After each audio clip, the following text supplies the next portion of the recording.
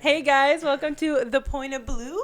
We are here today with Dariel, and we're going to be jumping into some cool stuff with astrology, with just the alignment of planets and how it affects really the collective consciousness and events in our lives and everything that's happening to each of us. So I don't even Hi, know where to guys. start with this conversation, but if you want to introduce yourself a little bit, Dariel, and Of we course. can jump into that. Hello, everybody. My name is Dariel Martinez, and I'm just me. And hopefully, through this conversation, you'll get to know me a little bit more. But I am 30, about to be 32.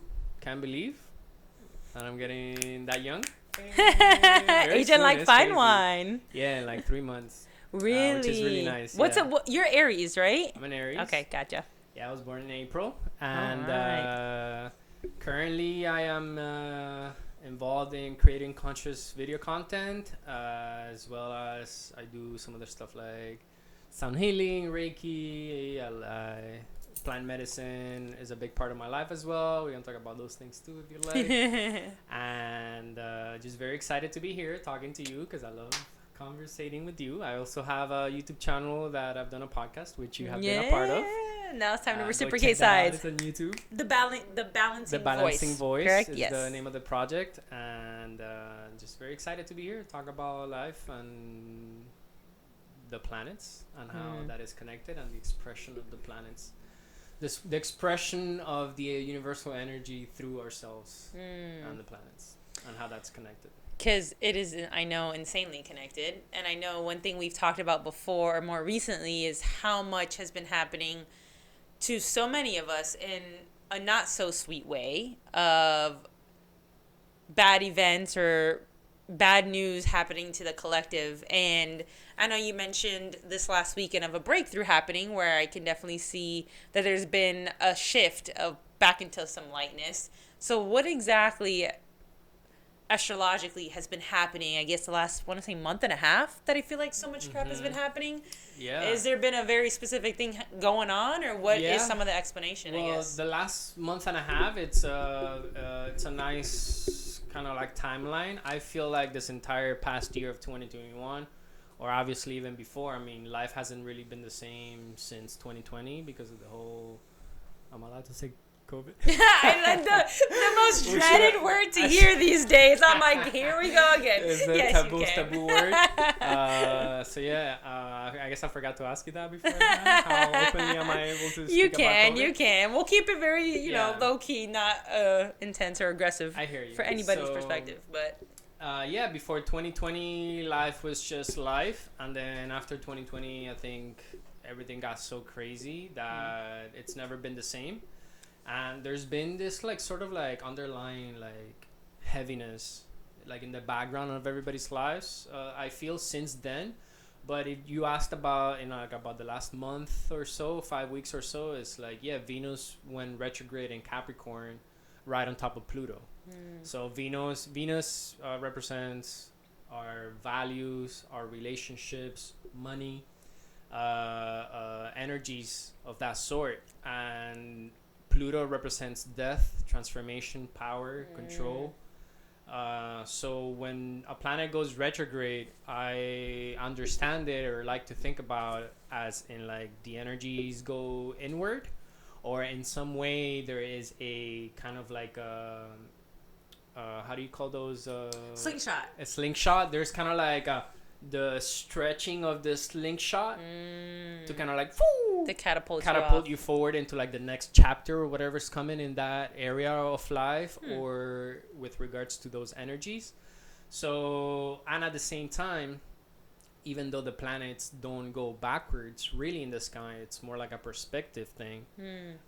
But energetically, it does feel like we go backwards into our life, and however far the planet goes back in the sky in the astrological chart, we kind of like revisit those energies that kind of happened in the previous months.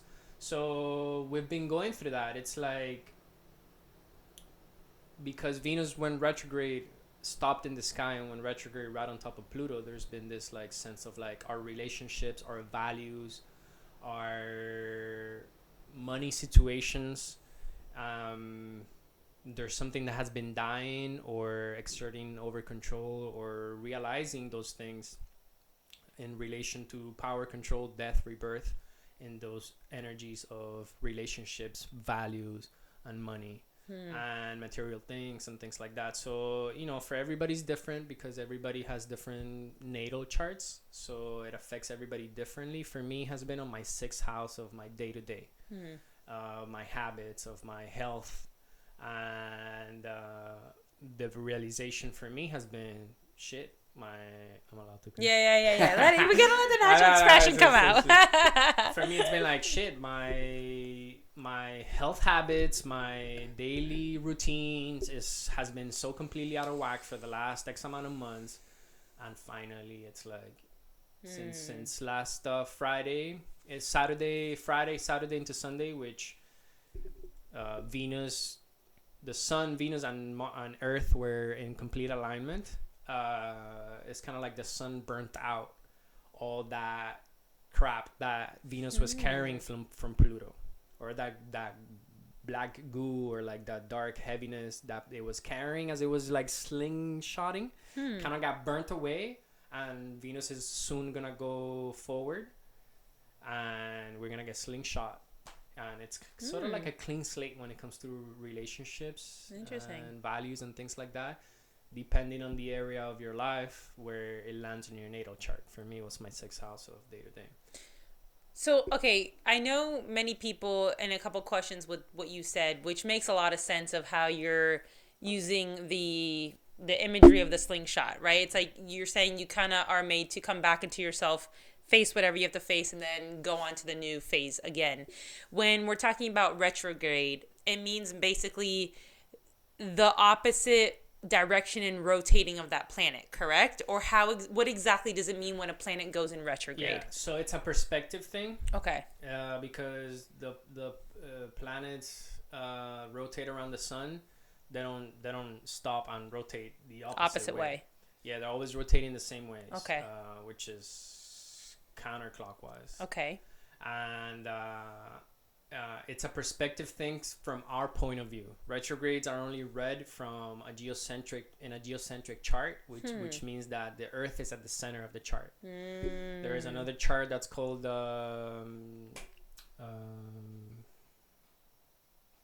escapes me right now. Okay. But it's a chart that the sun is at the center of the chart. There's no retrogrades in that when you're reading that type of chart. Interesting. But because we are here on Earth, we read astrology from this perspective. Gotcha. The way I understand astrology, and I'll answer your question about the retrograde now, is all the planets are out there, and I imagine a beam of energy from the planet directly to me. Okay. Not just Earth, but to me. Okay. So this is how the planets are affecting us. As the planet moves through that area of the sky, everything that's behind the planet into infinity in the universe, it's kind of like a beam of energy straight towards me. And as that beam moves, so does my emotions and my things, and these things move. So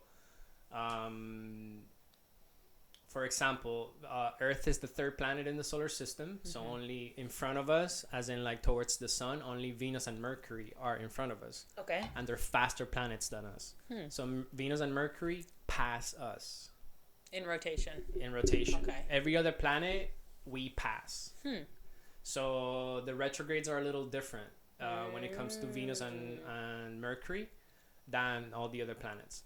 So when a retrograde happens for Venus and Mercury is when they are passing Earth. That makes sense. Yes. Okay. So as if Earth is right here, if this is the sun and Earth is right here, like whenever the sun, whatever sign the sun is, that is the opposite sign that we are on from the sun's point of view. Oh, okay. I see what you're saying. Because we are looking at the sun. So behind the sun right now is Capricorn. So that means we are in Cancer, which is the opposite sign. Huh. Okay. Yeah. So if I'm here and let's say this is Capricorn, right here is Aquarius, and right here is Pisces. Right now Neptune's over there. So from my perspective, it's in Pisces. But from the sun's perspective, it could be, it is still in Pisces because it's such an outer planet. But when it comes to closer planets to us, like Mars or Venus or Mercury, from the sun's point of view, it could be in a completely different sign than it is for us, just from a perspective. Okay. So as Mercury or Venus in this case is coming up to us, it looks like it's going backwards in the sky. It's just a perspective AKA thing. retrograde. AKA retrograde. And what dictates the map of each, when you're referring to Aquarius or Cancer or Capricorn, what dictates that? Is because I know it's aligned obviously by months in a 12-month calendar year. So what allows them to be in the position they're in? You mean the signs? Yes. There's obviously many more signs. Okay. But we only go by those 12 because they're the ones that are sort of like around us. Okay. And it's not just really around. It's, because a chart is 2D, but reality is many Ds. Gotcha. And out there in the solar system, it's just very big. It's very interesting, and it's something that I need to learn more about. But basically, there's a thing called the ecliptic of the sun. That it's like, I don't know how to explain it. It's like the line that the sun follows as it's moving through the cosmos. Okay. Yeah. It makes sense. Like it's rotating around going, it. Okay. We always go like around the same signs. Like a graph in a way. Like this is the exact design it's rotating on. And then the planets around that. Or its path? Something like that. Yeah, because, like, imagine this room is the universe and the sun's, like, going like this. Well, it's doing something more like this. Yeah. But, so, around it, because if we rotate it like this, it would be other signs that would get affected. Gotcha. But we go like this. In that manner. Gotcha. Yeah, so it's like the... and this might be completely wrong. I'm doing a shitty job at explaining it, but I'm not a professional astrologer. I'm just really into astrology. Yeah. So as I understand it, is the ecliptic of the sun. It's like just the constellations that are around the sun Gotcha. in the backdrop. That we go by those 12. Yeah, That's there's many interesting. more constellations all over, but those are not like in the path per se of the rotations.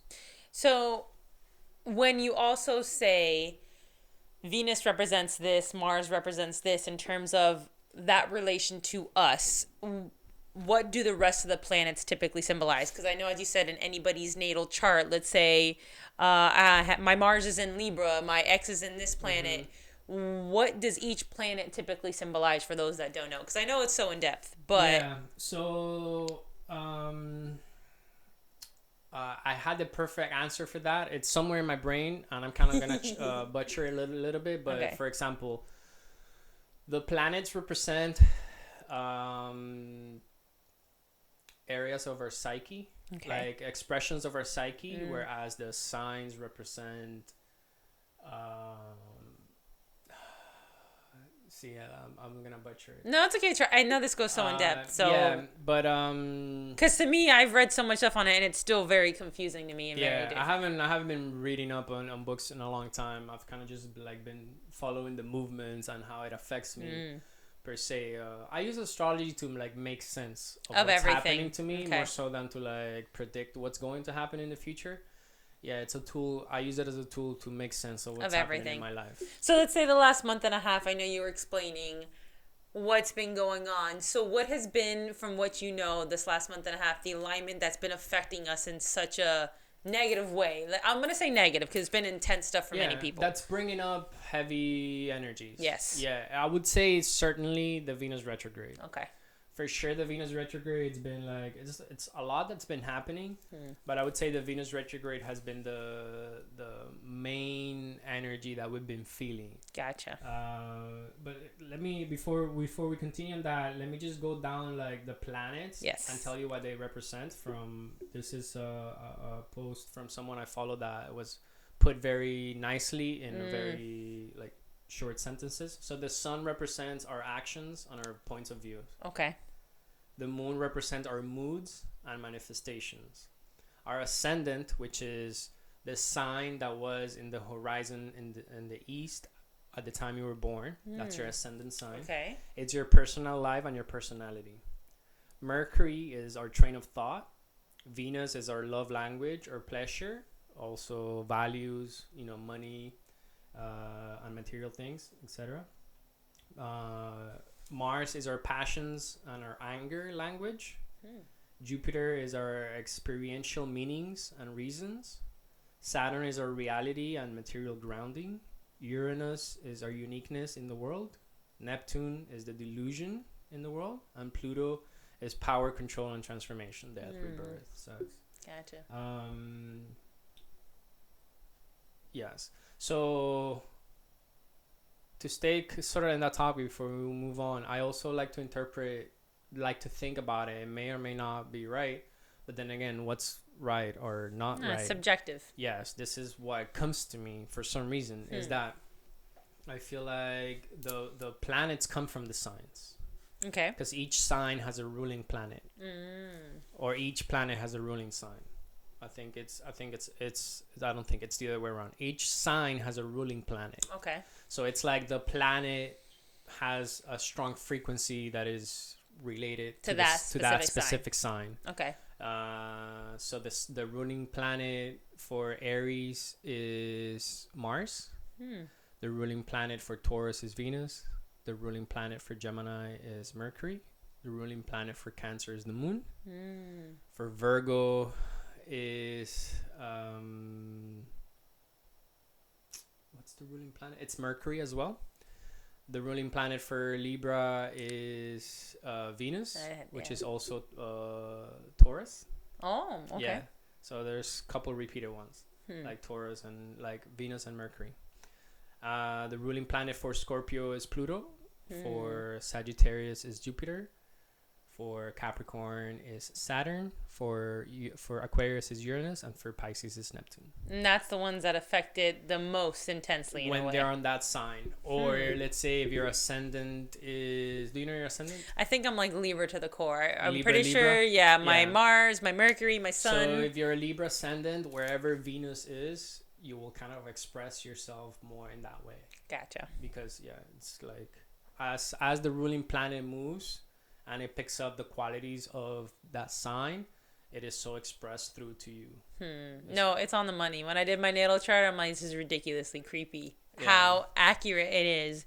And so that's what blows my mind. It's like how and who was able or figured out how to transcribe this. I don't know. Like historically, right? Yeah. You look at history and so many people have followed the stars, the planets. It's not anything new. And it was funny because I was speaking to my dad about this earlier, and he was just talking about the pyramids in Egypt. And he meant, I don't know, again, I could be quoting this wrong, but how some of the pyramids were aligned perfectly with the North Star for a particular reason. And this goes back ages. It's not like it's something new to how we follow astrology. So it makes me wonder how in the world were these representations of the planets and the signs transcribed to be able to express our characteristics or our ways. It's certainly a mystery, I think, in some sort. I mean, astrology is way older than history itself. Because history started, 10,000 years ago, depends who you talk to. Yeah, it's true. I was gonna say I don't even know how to answer that question. Yeah, depends who you talk to. History started X amount of years, thousands of years ago, but astrology has existed way before that. Since the beginning of time, I feel, because the way I experience it, you yourself said how you got like freaked out. I like, damn, how accurate is this? It's like, it's so accurate because it is us. We are the planets.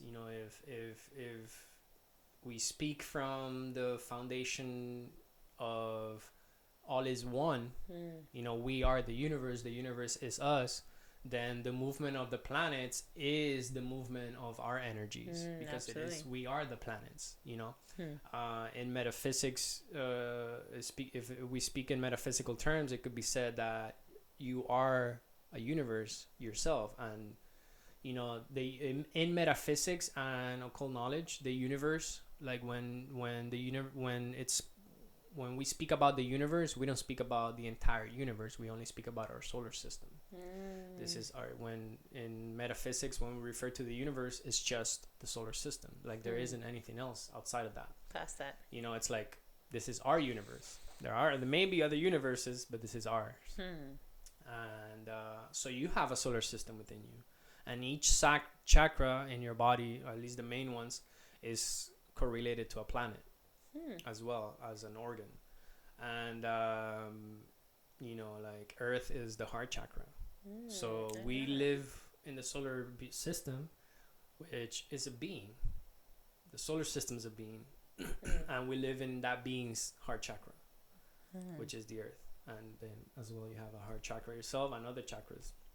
So yeah, I mean, I don't know where we're going with that. No, it doesn't matter. Let it flow. I like it. I like where it's going. Yeah, I lost a train of thought. But you asked about the origins of astrology, and I said, it is us.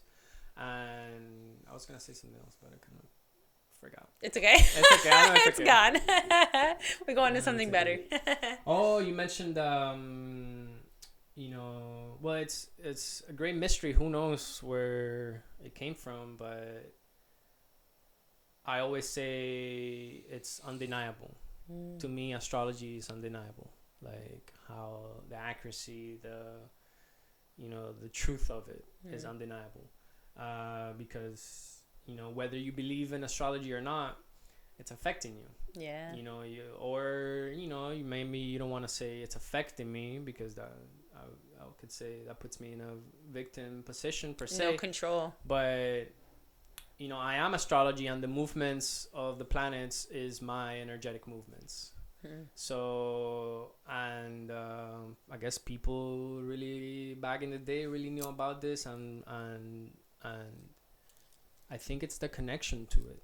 The connection to oneself makes you see and realize the connection to the planets in some sense. And for example, the Great Pyramid of Giza and the other two that are next to it are aligned with Orion's belt. And there are many planets, and there are many ancient archaeological sites that are aligned with planets, because the reason for that, I believe, and this is my belief, is that it creates portals here in our world, energetic centers of great energy levels, like, because remember how I mentioned like how I see the energy of the planets is like a straight beam straight into me. Makes sense. So it's like, these celestial bodies have magnetic pulls and energy into itself, and like just looking at it is connecting to it.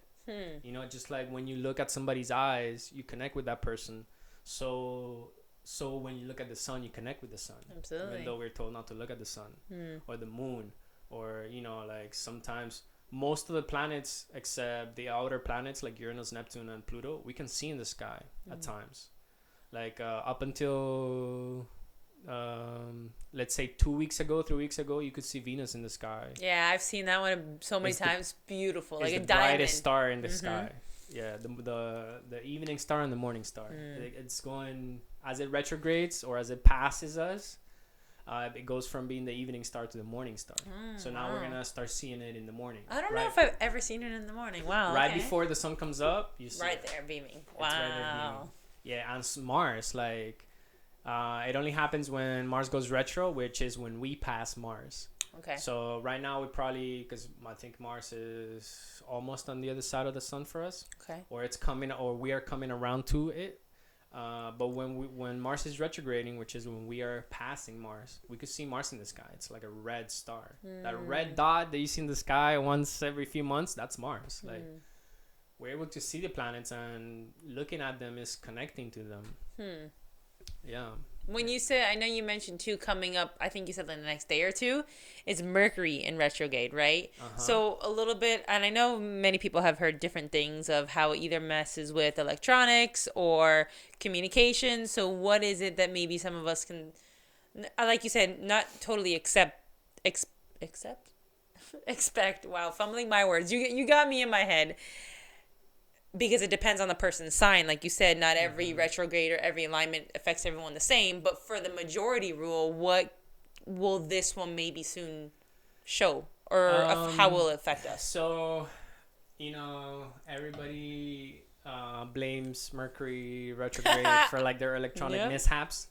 But it's just the expression of the energy. Like a retrograde It's like that, like we said, that winding back of the slingshot, and it's sort of like interference in the energy movement. And Mercury is our train of thought, our communication, but not just our communication. It is communication. And for an electronic to work, there are many things, many parts communicating one another within that piece of machinery. So that is also affected.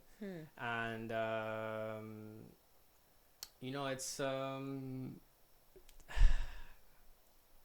it's the magic of the energy and how this universe works, is the expression of those energies and how it affects us, or not just us, but our environment and other people and things like that. So what was your question again? Well, no, what this next, because I feel like every month or every 2 months you hear, oh, Mercury retrograde, and that's why everything goes to shit in all of our lives, and it seems like it happens so frequently. It's the most frequent one. Yeah. Every 3 months Mercury goes retrograde. That makes sense, because I feel like I hear it, or like everyone will say, oh, it hasn't happened in this long. I'm like, it just happened. What are we, or anything, or the eclipse, or this or that. When was the last one? I think. I don't even know. Yeah, July into September, I think. Okay. So it's going to be similar to what always happens. Every 3 months. So Mercury goes around the sun every 88 days. Okay. So it's going to be a similar thing again. Every 88 days it goes retrograde. Through that cycle. It's passing us every 80 days. So like every 3 months or so. Gotcha. So right now it's going to go retrograde in Aquarius, and it's going to be a really powerful one. There are many, I'm going to go over many things that are happening right now. Okay. Yeah, you asked me about Mercury, jump into but anything. I'm going to touch on many things that are happening, because, it's like, it feels like life continues to get more and more crazy as since 2020. And, like astrologically speaking, the alignments and conversations between planets and mixing of energies because of those transitions and movements are very rare. Like the things that are happening, it's like you couldn't make this shit up. Really? Okay, so dive in. Like, tell me. Tell me more. So right now there are a few major alignments or transits happening. Mercury retrograde, that is in square with Uranus. Like right now as we're speaking, it's in perfect square. Like I wouldn't be surprised if something happens to the computer. Oh my and this God, doesn't... don't. I swear, if you tell, I kid you not. I'm not like, jinxing it. I checked it a lot in the beginning. I was like, okay, I want to make sure it's recording, our audio is recording. And like, I checked a little more often than I usually check it. So I don't know why I'm doing that, but don't say that shit. Don't jinx us right now. No. But yeah, so Uranus is this electric, surprising, rebellious energy. Is what it represents, is what the energy that it represents. And right now it's in Taurus, which has to do with values, money, stability. So since 2018, life has been feeling very unstable. And until 2026, which is when it's going to go into Gemini. And so every sign is 30 degrees, more or less, give or take, and as a planet goes into the sign, starts at 0, and when it comes out at 30 or 29, 59. 59 minutes, 29 degrees, 59 minutes. So the closer it gets to the end, the more intense the energy is expressed. Oh, okay. So as we get closer to 2026, life will feel like it's becoming more and more unstable. Oh, wow. Or the stability in our lives, the resources, which is what Taurus represents, money, stability. Good Lord, so we have another 4 years of this shit? Okay. We have another 4 years. Oh, good of Lord. this Okay, shit. carry on. Sorry. Yeah, so, and then Mercury is communication. So right now on squares, it's just there are different aspects or conversations between planets based on their positions, and it's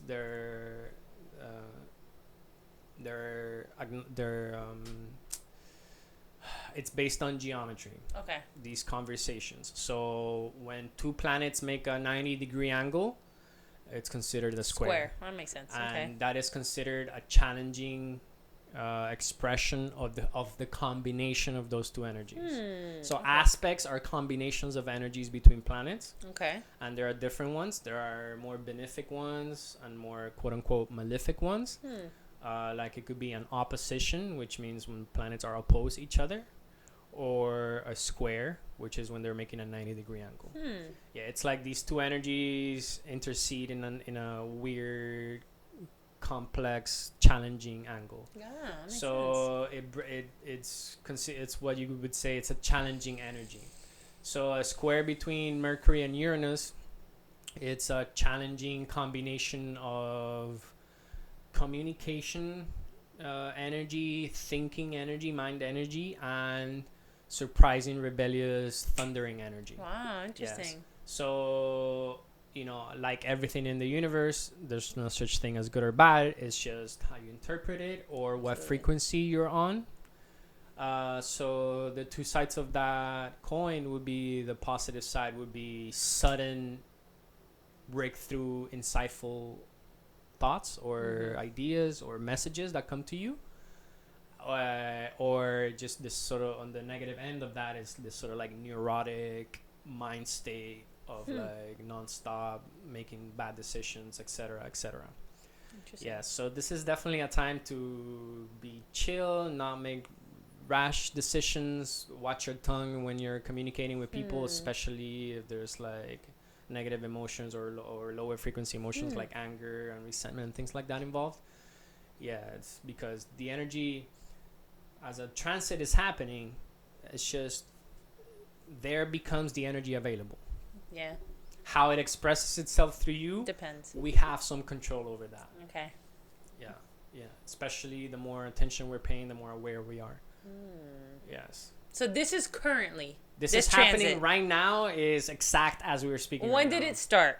So it's not like it starts. So it does start. So the planets are constantly moving, and it's not like the stuff fixed thing. Yeah. Which actually, they're both stopped in the sky because Uranus is stopping to go forwards. Uranus has been retrograding.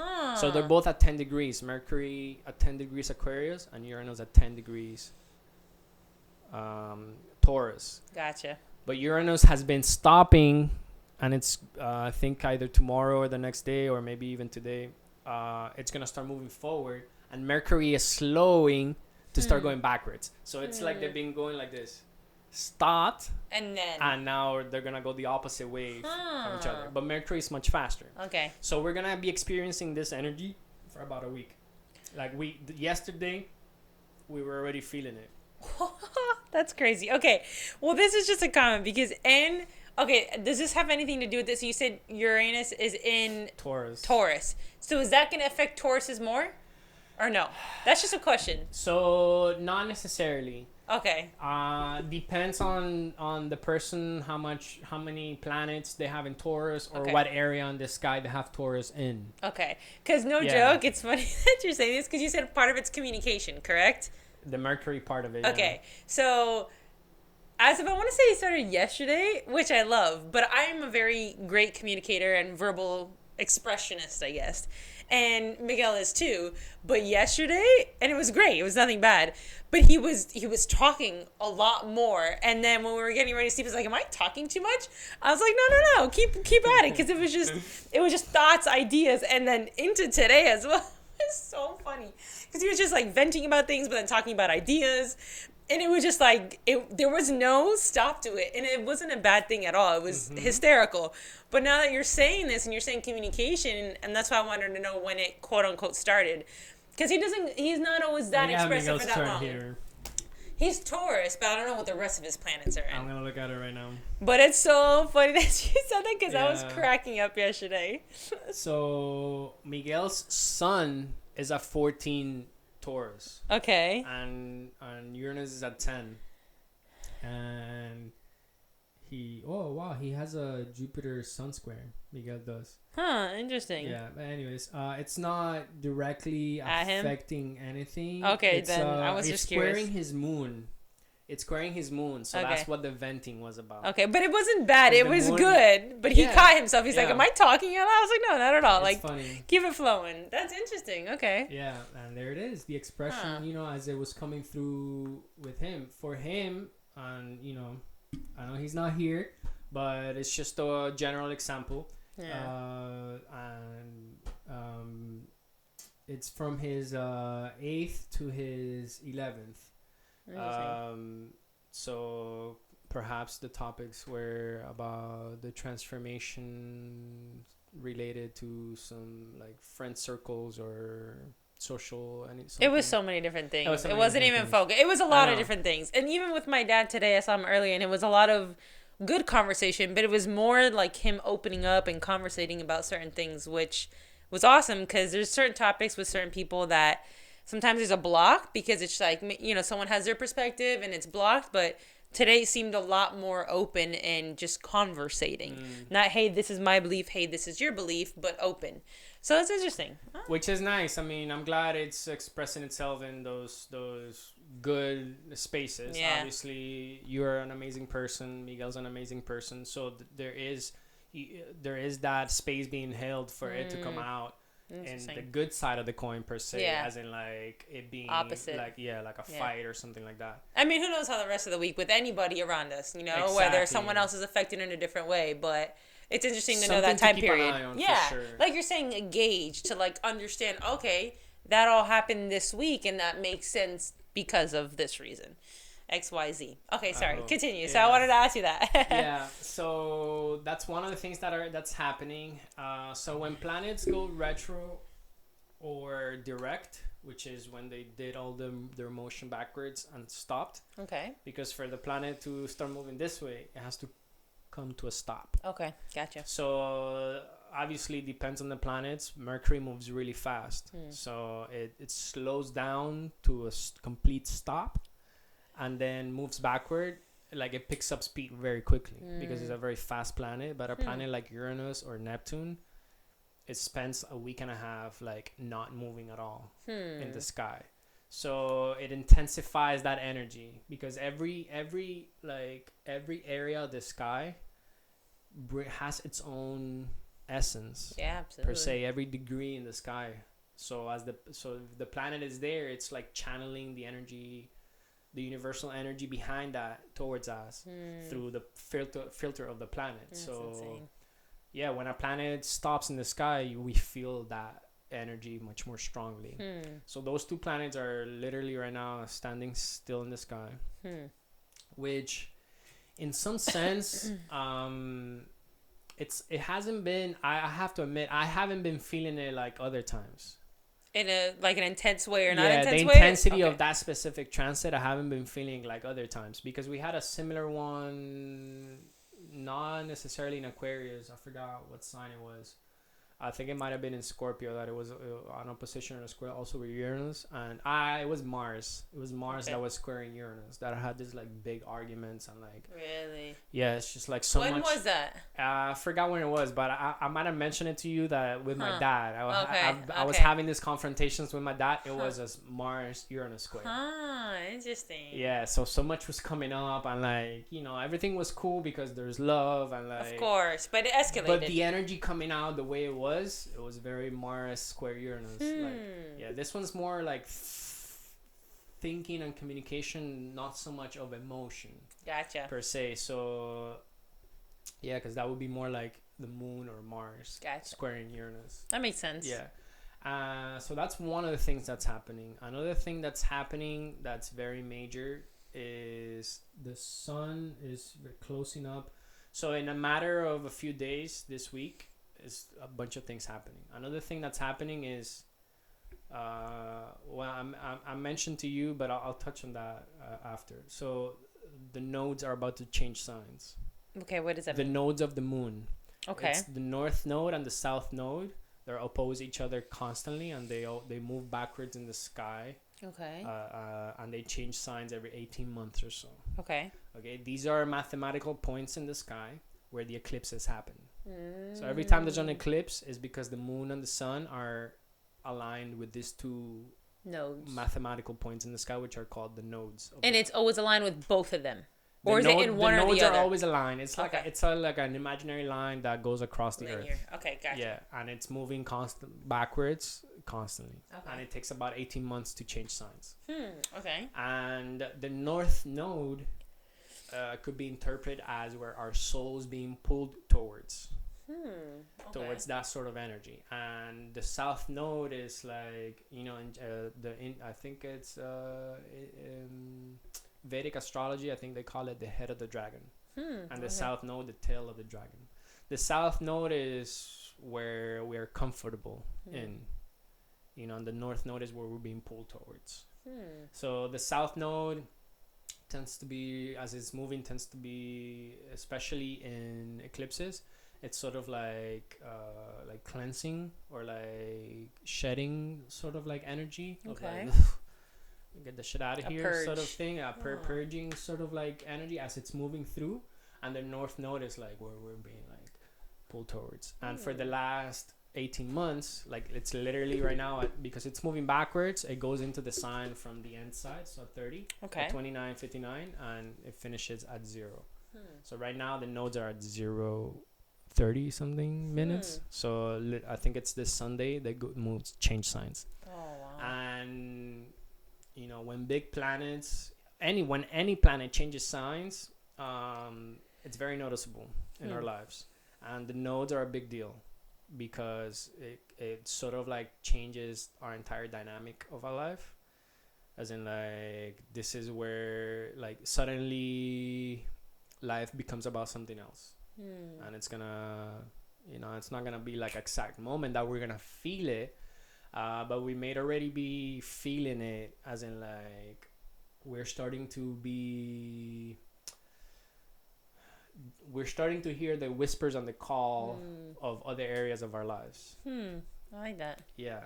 And it's gonna be Taurus, which has to do with values and money, material things, etc. And also depends what area of the sky, what house it is for you. It would be expressed in a different area of your life. For me, that's my 10th, which means my career. So I've already been feeling it. Funny how last week I made a choice that created a lot of space for new things to come in, or things that I was already involved in to grow more. And that's my career, my projects. And so I know for me that the next 18 months is going to be all about career for me. Wow. Career and home, because the south node is the opposite, which is the 4th house for me, which is my home environment, my internal home, my emotions, etc. So the last 18 months has been in Gemini and Sagittarius. Okay. Gemini north node. So our soul's been feeling pulled towards our direct environment, communications, our siblings, our mind. Depends on what area of the sky, depends what part of your life for you that is expressed in. Gotcha. And it depends on what house it's in off of your natal chart, correct? Correct. Okay, gotcha. So for you, just bring up your chart, because I have it I here. want to know what the last 18 months was and what the next 18 months were, because I want to see if it meshes with what the last 18 months were. Okay, let me see here. Because I know you said the last one was Sagittarius and what? And Gemini. Okay. So the north node has been in Gemini. You're an Aquarius rising. Okay. So the Mercury retrograde is happening in your 1st house of personality. So your communication slowing down. Huh. It has been slowing down as Mercury comes to a stop. Interesting. So okay. it's a time for you to more like listen. Perhaps, Yeah, which makes sense with what you were saying. Huh. Okay. Yeah, and then the Venus retrograde has been happening in your 12th house of completions, spirituality. So I don't know if it's okay for you to share. Yeah, go ahead. Your recent loss. Oh yes, yeah. You recently lost your beloved pet, and the expression of the planets. This is how it has expressed. Venus, which is relationships or values. You value the relationship you have with the cat, with your pet, came to a stop on top of Pluto, which is death and rebirth. Wow. And and it's in your 12th house of completions. Wow, the cycle is completed. Some cycle has been completing for you through the experience of having that loss. Wow. And it's interesting because I heard you and Nati talking about that. Yeah, I don't know if I saw you guys. I didn't see you guys during Christmas. When did I see you guys? Well, last Before Saturday. That. No, it was before that. Because whatever weeks ago, I was like, oh my God, like what relationship or what friendship or anything can like stop now. And I like, it made me like internally a little worried. I was like, shit, I don't even want to know what's gonna happen. And it literally got in my head. I was like, huh, because you said it before, and then you and Nati said it together. And I was like, oh, good Lord. And I kid you not, when that happened, I'm like, this is the relationship they were talking about. It wasn't a romantic relationship. It wasn't a friendship. Yeah. It must have been this. But it was at the same time.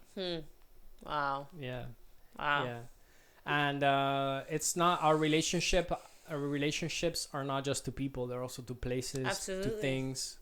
But it's, there it is for you. This sort of like whole cycle of the last month and a half that you asked me we've been going through. For you has been related to that in many ways. So now as Mercury goes retrograde, because Mercury is in Aquarius, it's stopping at 10 Aquarius, but it's gonna go back into Capricorn. Okay. So you're gonna get as Mercury for the next 3 weeks or so. You might think about those experiences that you had, because it's the same area of the sky as Venus stopped on Pluto and went back. So Mercury is gonna pass Pluto moving backwards. Oh. So we're gonna go through it again. We're gonna go through it in our mind to kind of make sense of it and get insights and communicate about that, etc. So we're gonna revisit a lot of the things that we've been shedding when it comes to our relationships and our values. That makes sense. Yeah, so it's like the craziness of the last month is not really stopping. It's just going from more of like a Venusian way to a more like a mind mercurial way. That makes sense. Of like making sense of things. Yeah. Wow. It was very accurate. Yes, it's amazing. It really is. No, I swear, I kid you not, that's what went through my mind as that was happening. Is exactly what you guys said. Oh. So another so I was looking here. So for you, Gemini is your 5th house. Okay. Which is the house of love, self-expression, children. And by children, I mean actual children, or like things we give birth to per se. It could be creations and things like that. Okay. Having to do with Gemini, which is communication, siblings, etc. That's where the North Node has been for the last 18 months. So that's where you've been kind of feeling the pull towards. And your South Node has been in your 11th house of friend circles, the future plans. And it's also Sagittarius, which has to do with expansion and meaning and that sort of energy. So that's been going... Of learning. That's been pushing away and stemming out of it being the South Node. Not necessarily pushing away. It's more like you've been finding comfort there. Okay, gotcha. Yeah. And then Sag is also like stories. Okay. So like stories regarding friends circles or like future plans, things like that. And the pull has been towards the kids, siblings, or like you said, birthing, something like creativity. Self-expression of your communications, love,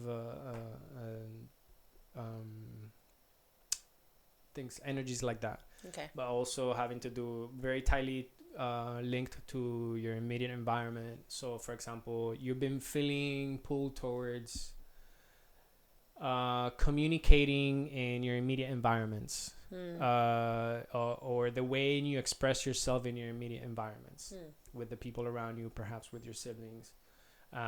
With your partners, when it comes to love, the way in which you've been expressing love, or you've been pulled towards expressing in a different way, or things like that. And last year, was it last year, the year before?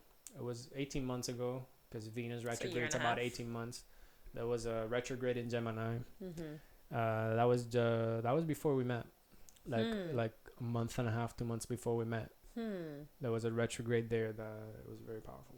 And what was that symbolically representing at that point? So when Venus goes retrograde, it's like some sort of reset to our values and our relationships.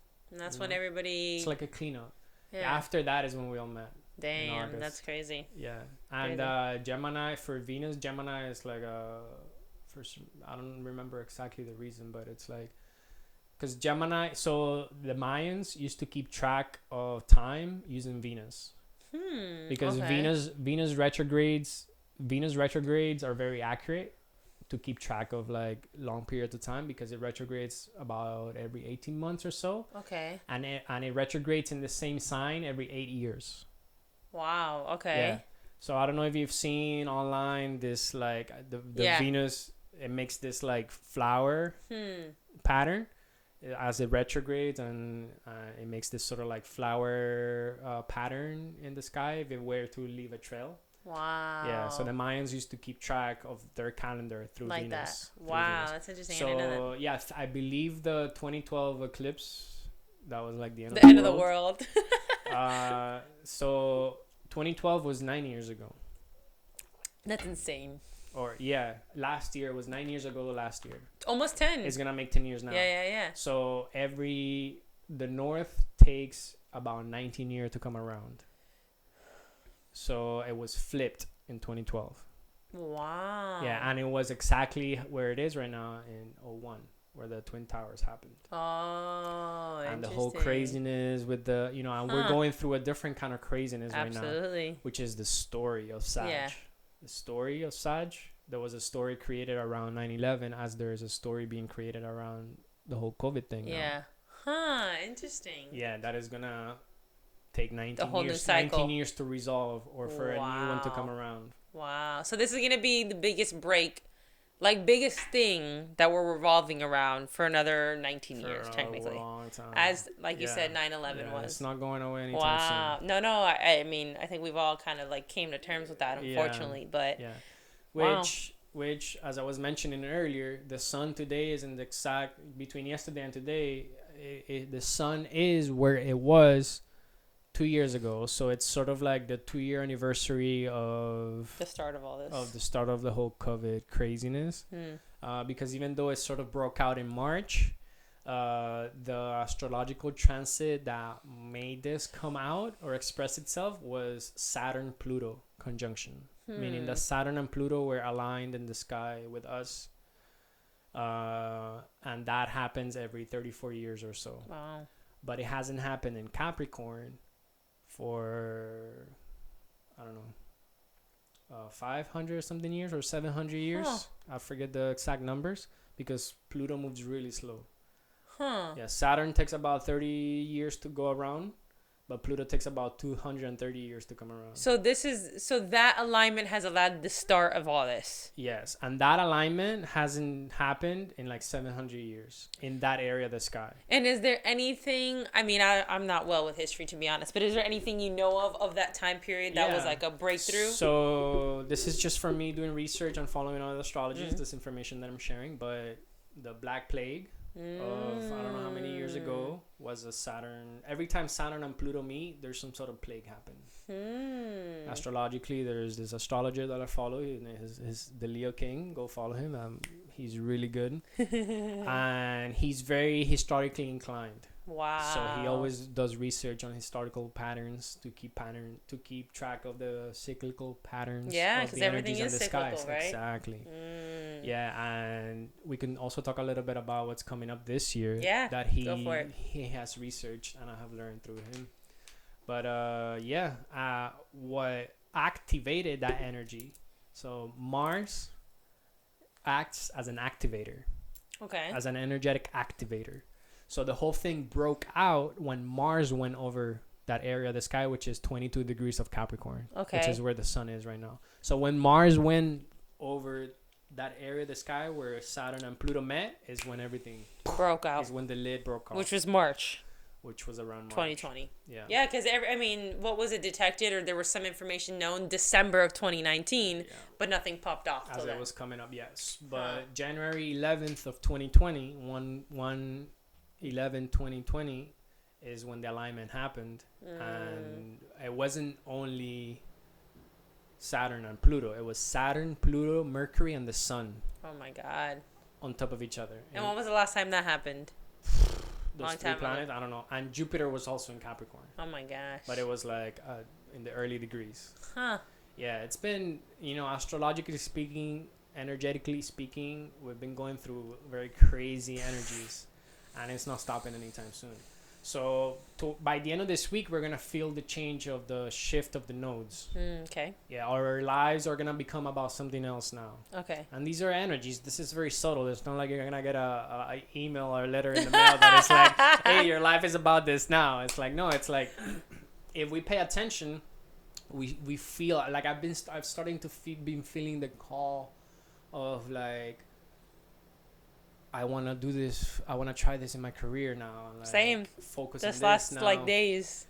And it's just where we're being pulled towards. Now, another transit that we sort of just kind of came out of. Oh, and also when the nodes shift, because the nodes are in specific signs, we feel the pull of certain planets. Remember, I told you each sign has a ruling planet. Yeah.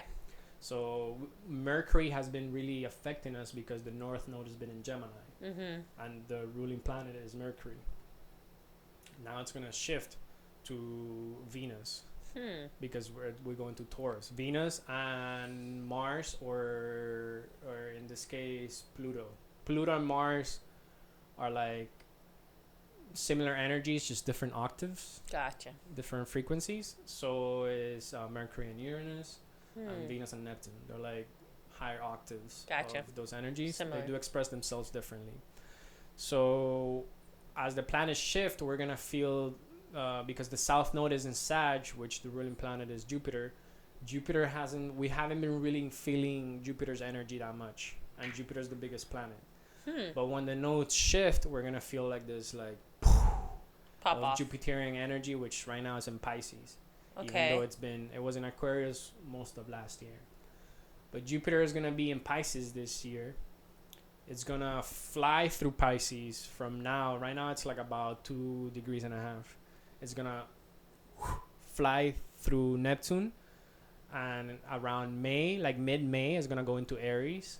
It's going to eventually stop, go retrograde, back into Pisces, and then go forward again. So we're going to be feeling this double, like Pisces into Aries and then back into Pisces energy of Jupiter. Okay. So Jupiter is like Santa Claus. It just gives a lot. It brings a lot of gifts. It literally is, Santa Claus is an analogy for Jupiter. Wow, I didn't know that. A representation of it. So it brings a lot of gifts. It expands. It's the expanding planet, whereas Saturn is the contracting planet. And so we're gonna be, and Neptune is also in Pisces.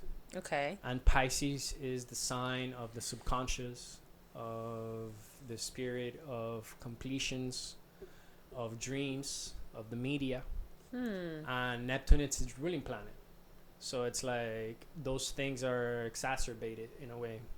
This is why the media has been such a crazy influence on all of us for the last, how Neptune moves really slow. It's the second farthest planet, and it's gonna reach, I think it's 23, 24 degrees, so it still has a few years to go. And it's been there for many years. I don't remember when it went into Pisces, but Jupiter is gonna magnify all of that.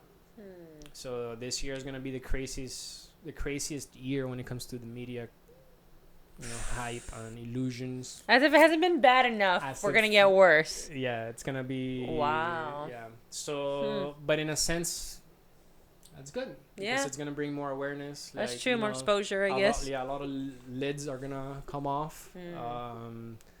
And it's a great time for dream interpretations, for dreaming. It's a bad time for escapism. Pisces rules Pisces and Neptune rule escapism, drug abuse, and things like that. So not a good time to be heavily involved with narcotics, because it could just lead down a very bad road. So also dreams and things like that. Our subconscious is going to be very exposed to us. So it's good and it's bad. Yeah. It's good if we're paying attention. It's bad if we're eating shit. That's true. That's another thing that's happening right now that's going to continue happening this year. So we're feeling all these major transits like in a span of a few days. like that. Energy switching, and it's intense, but I'm very grateful for it in a sense, because it's exciting. It's exciting to, like, we chose to come This time for a reason. Yeah. Looking more at a macro level, we are in the beginning of a new age. And there's a lot of shedding that's happening, and we're going through that shedding. This is why there is this, like, sense of, like, this heaviness in the background, like it feels like it's constantly there. Like we said in the beginning, how a lot of people around you and around me and ourselves, we've been feeling this heaviness, this sort of, like, depressive pull, or like, and in a way, it's what needs to happen. It's what we need to experience for what's coming. It's Absolutely. What we need to shed for, make space for what's coming, which is not going to be any easier. It's just going to be different. Yeah. And it takes a strong spirits to withstand such amounts of change. That's so true. So keep it up, guys. Keep it up. We're gonna get through this. And I know we're probably getting on a time here, but like you said, it's awful when you're in it, but as the days have been passing, the last days, I would say, and I know you were mentioning it as well, of what you're feeling this shift in, and you tend to feel so much stronger. It's like sometimes when you're in a funk, and you, no matter how much you push yourself to try to get out of it, sometimes you just can't, right? Because it's this magnetic pull by all these planets that's just letting that energy be there. And sometimes you just have to, I've really realized and come to terms with, you have to just accept the phase you're in. You do the best you can to cope with it, and realize everything is temporary, and that this phase is going to pass, and you're going to know when it passes, because you're going to start feeling these feelings. You're going to having these thoughts of hope, of faith, of energy to even want to get up and do something or create something or start on something new. And that's what I'm really realizing is the last days, after the last month and a half, 2 months of just chaos and loss and this and that, I feel so much stronger. And I was speaking to someone about this the other day, that now I feel like it can be that pillar for others. Like, I've gone through so much crap, and we're all going to go through stuff. It's in and out. It comes in waves.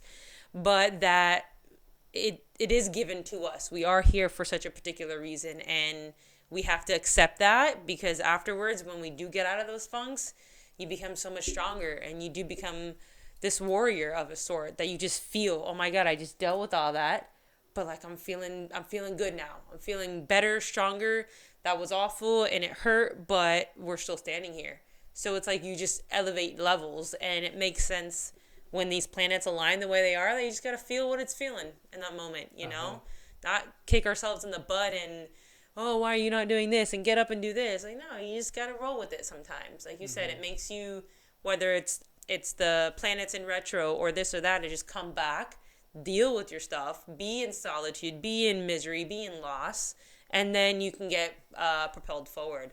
So I like that idea of the slingshot too. It really feels like that, because it's never going to be, all right, keep projecting up. It's going to be, all right, kick back 20 steps. You're going to feel like crap again, and then you can go to the next level.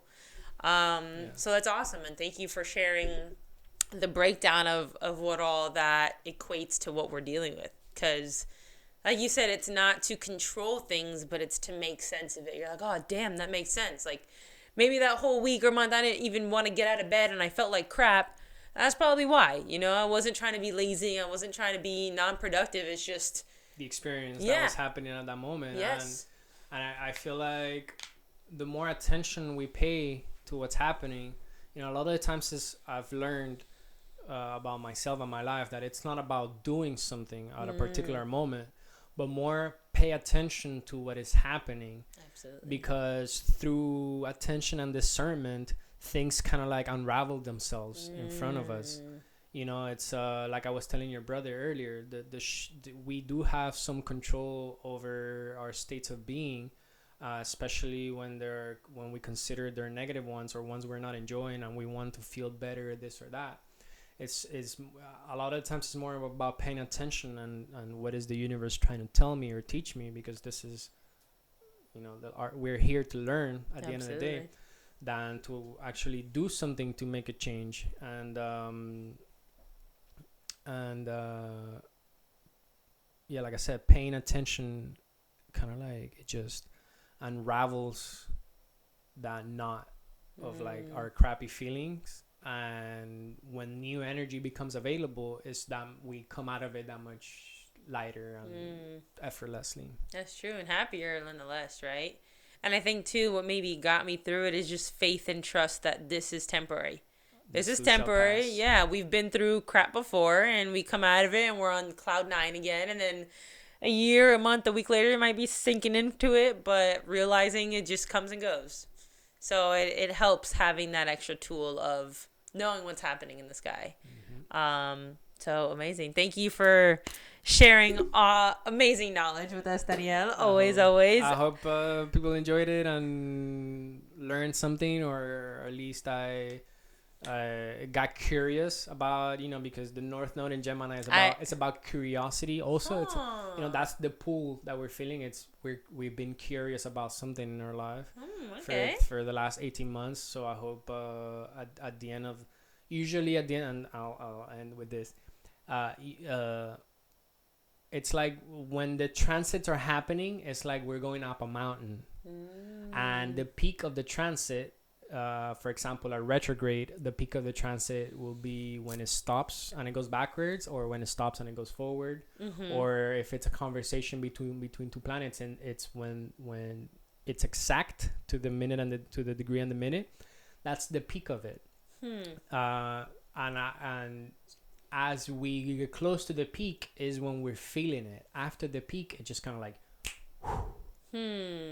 So I hope this conversation piqued people's curiosity about astrology as a tool to make sense of their lives. And there's so much more that is coming through my mind that I would like to talk about. If there's a couple other things you want to tap into, we're I still don't know. okay. I felt like you were closing. No, it's like I do, but we can go. We can stretch it like another 5-10 minutes. It's all right. Just like as long as it doesn't tap us out, we're good. It's okay. Just I know. I feel like we're starting something that was to. coming up was like, collectively, we're going into a new territory.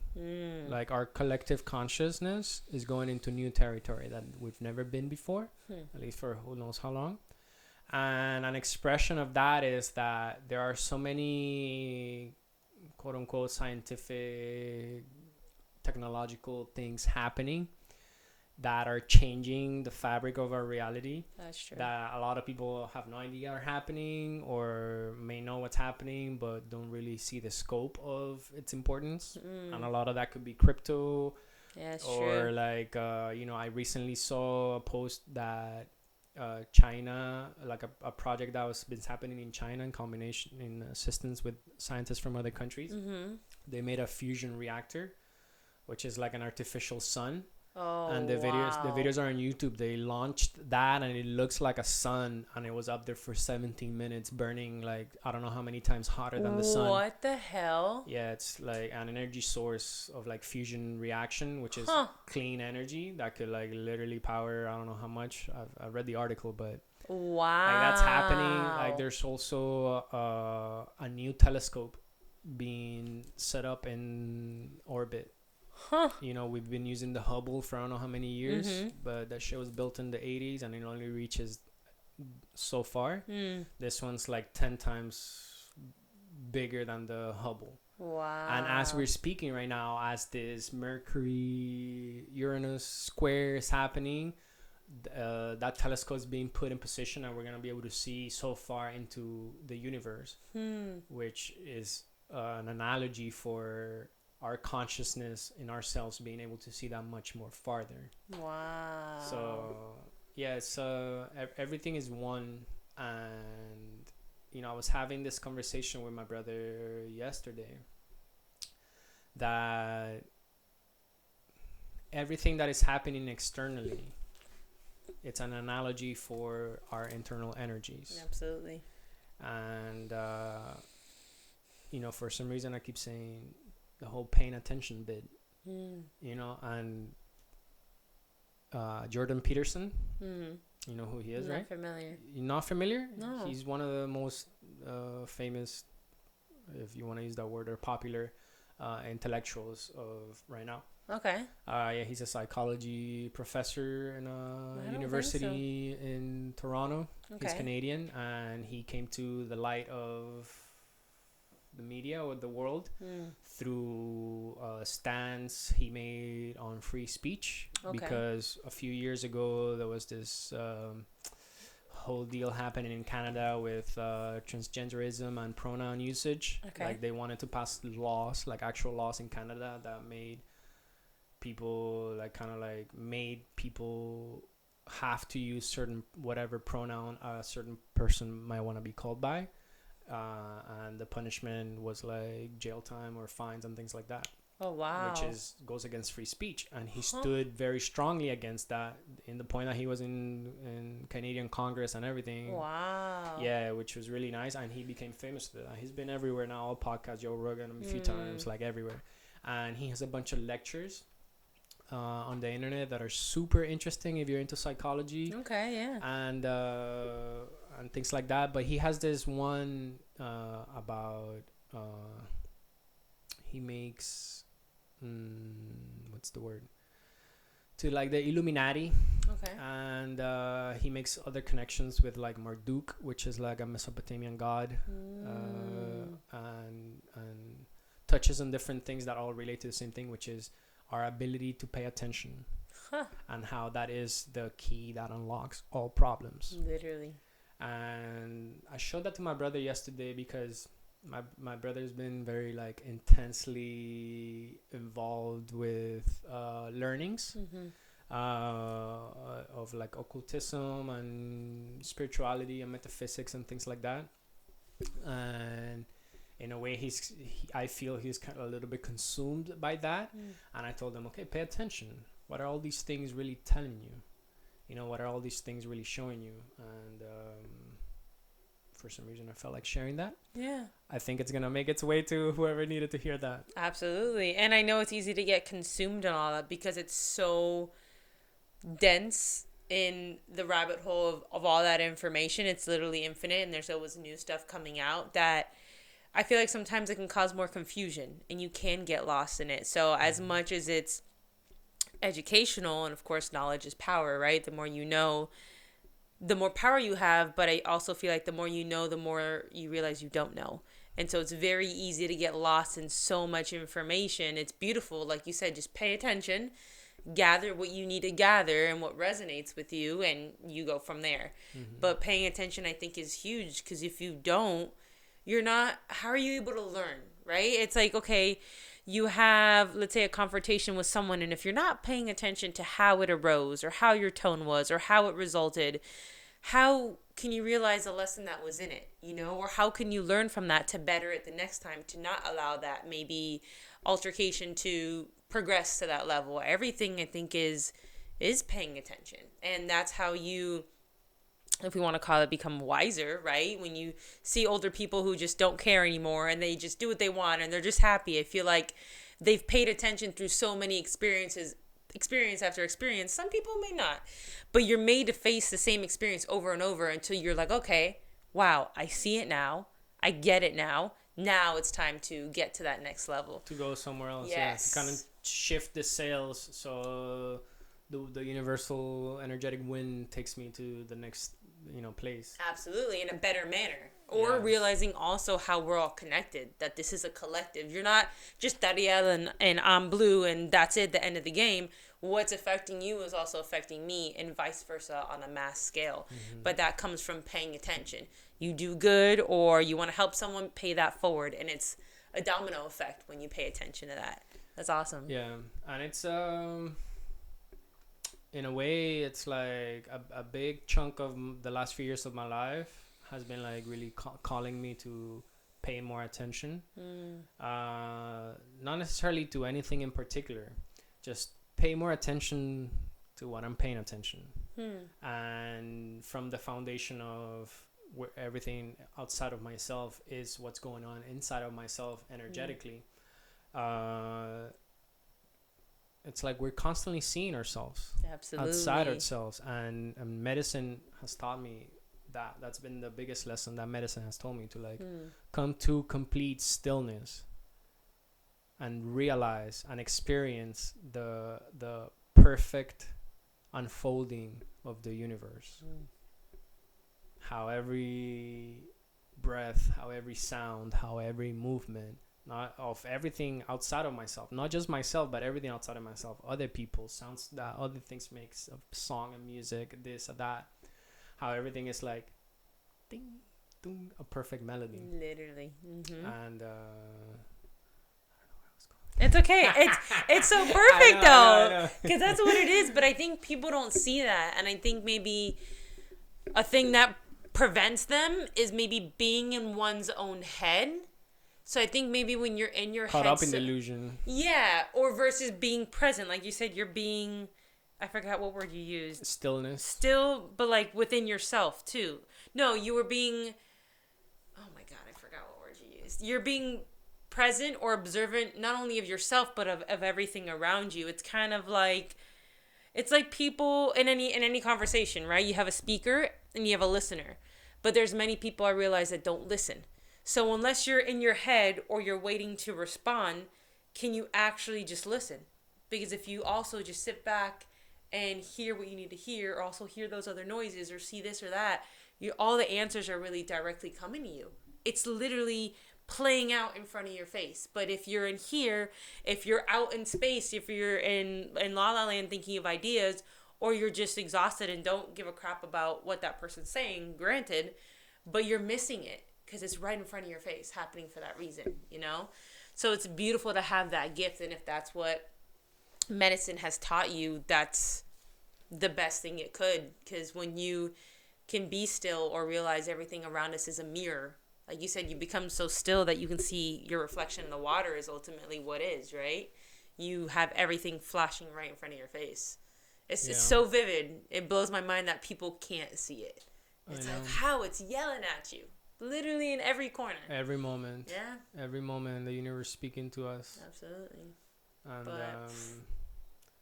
this last year, the 2021 was a major detour from that, because that's like my life had been before 2021. My life was like a build up to, it's like I was going this direction and I was enjoying it and I was feeling fulfilled by it and I was growing from it, and then 2021 hit and it was like opposite, complete detour. I don't know if it was opposite or up or down. I don't know where the fuck I went. But it was a detour of sorts. And now that the dust has settled in some way from the rattling of 2021, I'm kind of like seeing that path again of like the medicine path and that connection path. Yeah, because even though I strayed from the path, it was like the same lessons where it's like I was seeing the same lessons from a different perspective. Interesting.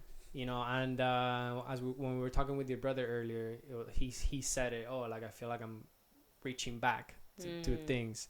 That's how I'm feeling as well. I feel like after this whole craziness of 2021, this Venus retrograde has been like the dust settling.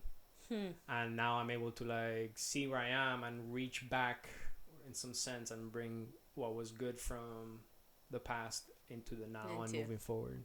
What you're ultimately supposed to be destined with, right? Like this is something which the that whole is time for I felt you. Like see, this whole year I kind of like detoured from my career, 2021, and the whole time in the back of my mind was like, I know what my destiny is.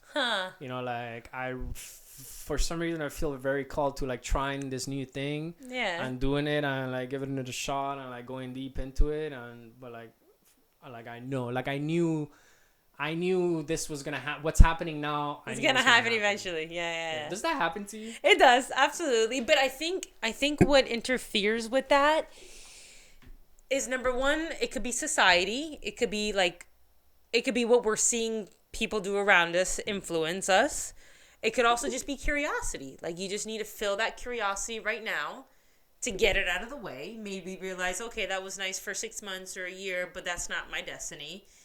And I do firmly believe we all kind of know. We just I think complicate things as humans. Like, it's not so simple. Okay, this is what I feel, but we doubt ourselves. We're like, maybe not. Maybe it won't work out because of this reason, XYZ, and then we don't do it.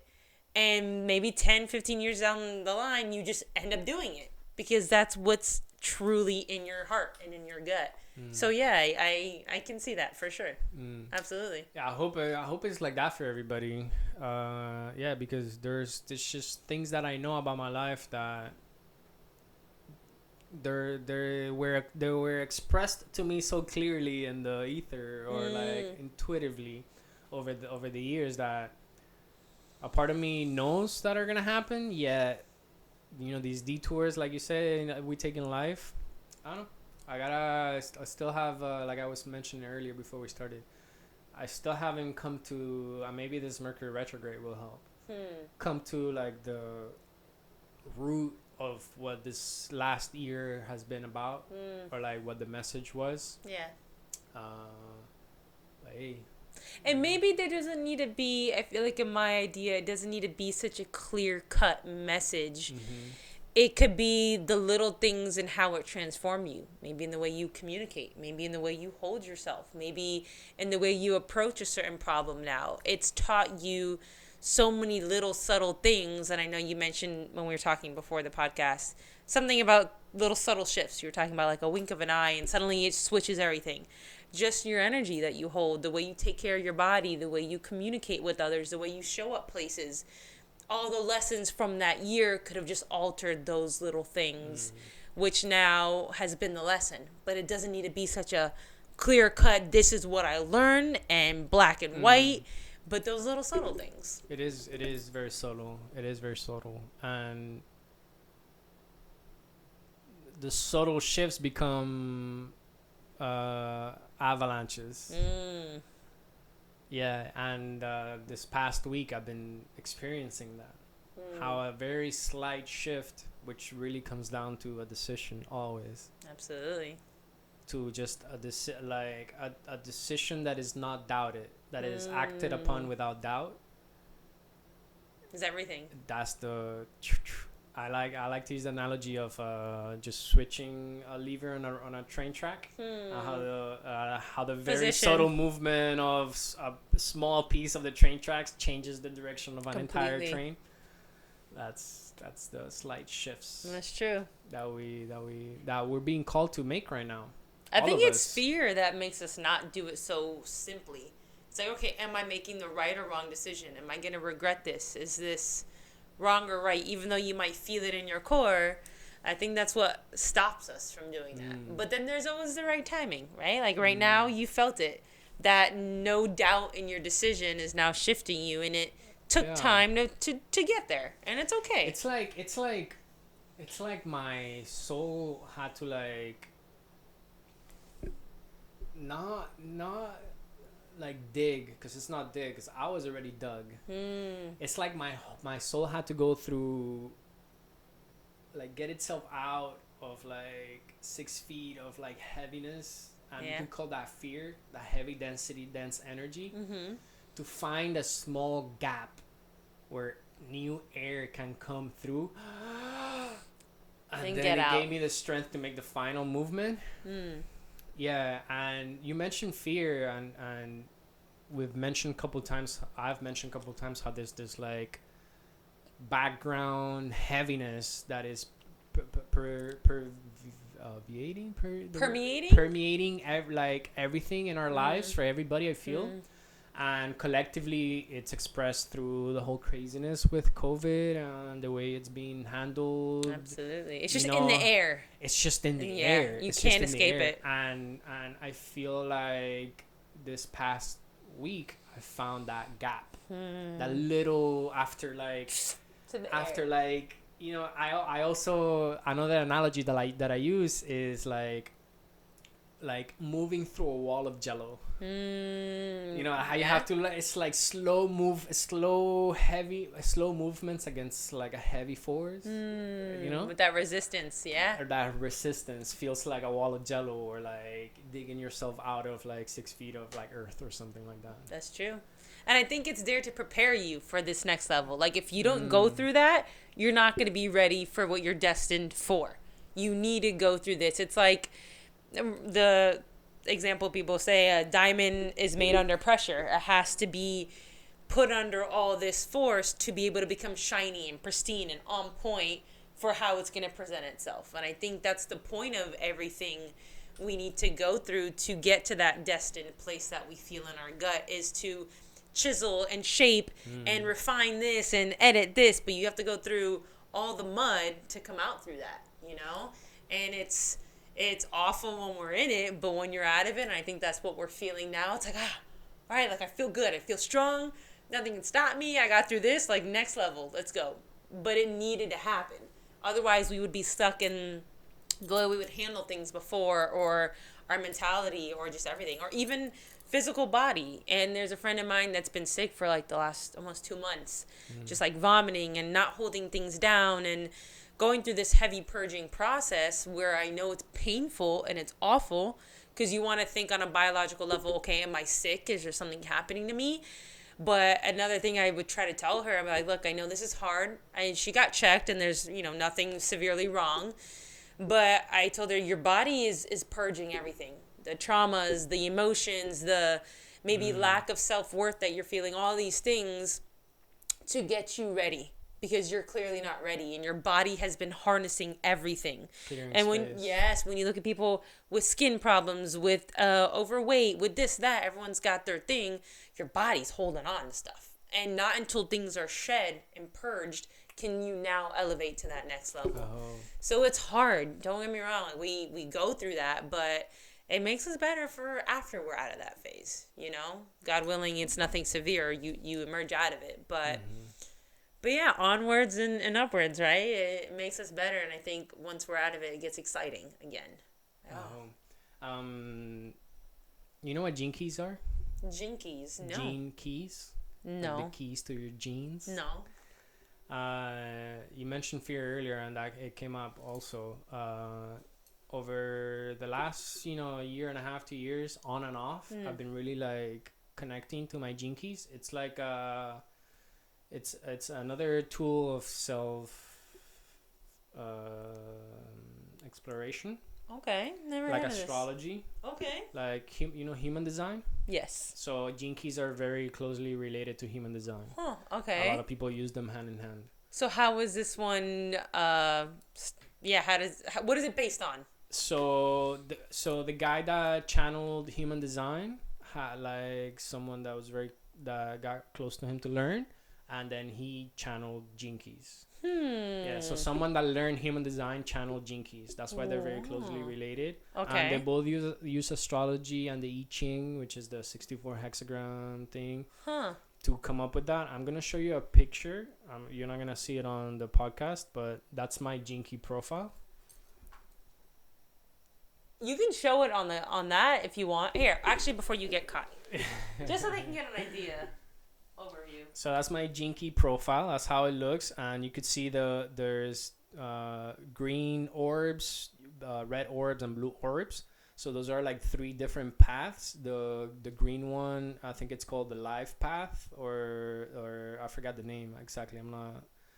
I'm not an expert or like super deep into it, but the reason that I'm bringing it up is, again, another source or tool for people's curiosity if they want to learn more about themselves. The reason why I bring it up is because it's so darn accurate. Yeah, and like over the last year and a half or so, even over the last couple of years, here and there, I suddenly feel the pull towards it. And I bought the book on Audible. There is a book that explains each of the 64 keys for like half an hour each key. Sometimes some keys are even longer. And simply explained, each key is like a a gene that your soul or your body is like connected to and expresses itself out of. And each key has like 3 levels of expression: lower vibration, middle vibration, and high vibration, which are called the shadow, the gift, and the siddhi. Siddhi. I think it's spelled siddhi. Okay. And the siddhi is like the enlightened expression of that energy. Wow. Okay. Yeah, and the shadow is the lower end of the frequency. And I've listened to my jinkies, some of them more than others, so many times, and there are times that I listen to them back to back, and like I spend a whole week listening to the same jinky almost every day, because it's like, you know, it's the universe, it's the external universe speaking to myself. So it's helped me realize a lot of things about myself, about experiences, for example. And just as an example, and then after we could maybe look at yours, and just to look at the profile, it's free on the internet. Awesome. So my life's work, or the one on the top, it's my life's work. It's gene key number 51, and the shadow of it, it's agitation. The gift is initiative, and the siddhi is awakening. And gene keys usually come very closely related to another one. Okay. 51 is related to 57, which is the next one, and that one's unease, intuition, and clarity. Okay. And so much of my after listening to these, I realized how so much of my experience is so related to this. Wow. You know, that it's like, what the fuck? And through the explanation of why, it's not like it explains why you're feeling this, but it does talk about those gene keys and how they express themselves, not just individually but collectively. Okay. And the shadow state of, I don't want to say all the gene keys because I've just been listening to mine. It's not like I've been studying gene keys. It's fear. Fear is that uniform level of frequency that it's sort of like holding us in shadow states. And the gift is the way out of that, into the awakened states of the cities, of the expression of those gene keys.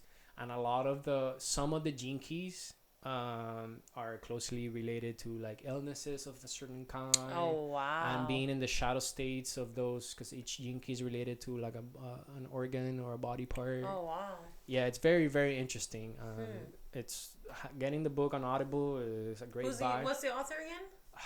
It's okay. It's Gene as GENE and then space keys. Gene keys, yeah, on the top there you see. And then KEYS. Okay. Yeah. Yeah, and I've seen Human Design, but Human Design is like a little more complicated to get into and understand. This one is much more simply put together. That's amazing. I'm going to look into that. I want to dissect mine after. And I looked it up for my brother and my mom the other day, especially my brother, because he's a little more into it. And I immediately saw it. The moment I saw his gene keys and the expression of the shadow and the gift, it's like, I showed him, it's like, look, like what you're experiencing is this. Like, like realize that for him, it was that top one, which is your life's work or what you're here to learn, is for him it was conflict, diplomacy, and I forgot what the siddhi was. And he's very intense. Yeah, on the money. My brother is very intense, and like, you know, it's like conflict is like it just happens because of the way he is. And I hope he realized something about that. But yeah, and it kicks in and learn. Yeah, mine is agitation, initiative, and awakening. And agitation, it talks about how there is this like innate uneasiness that I experience always. That's the shadow of it.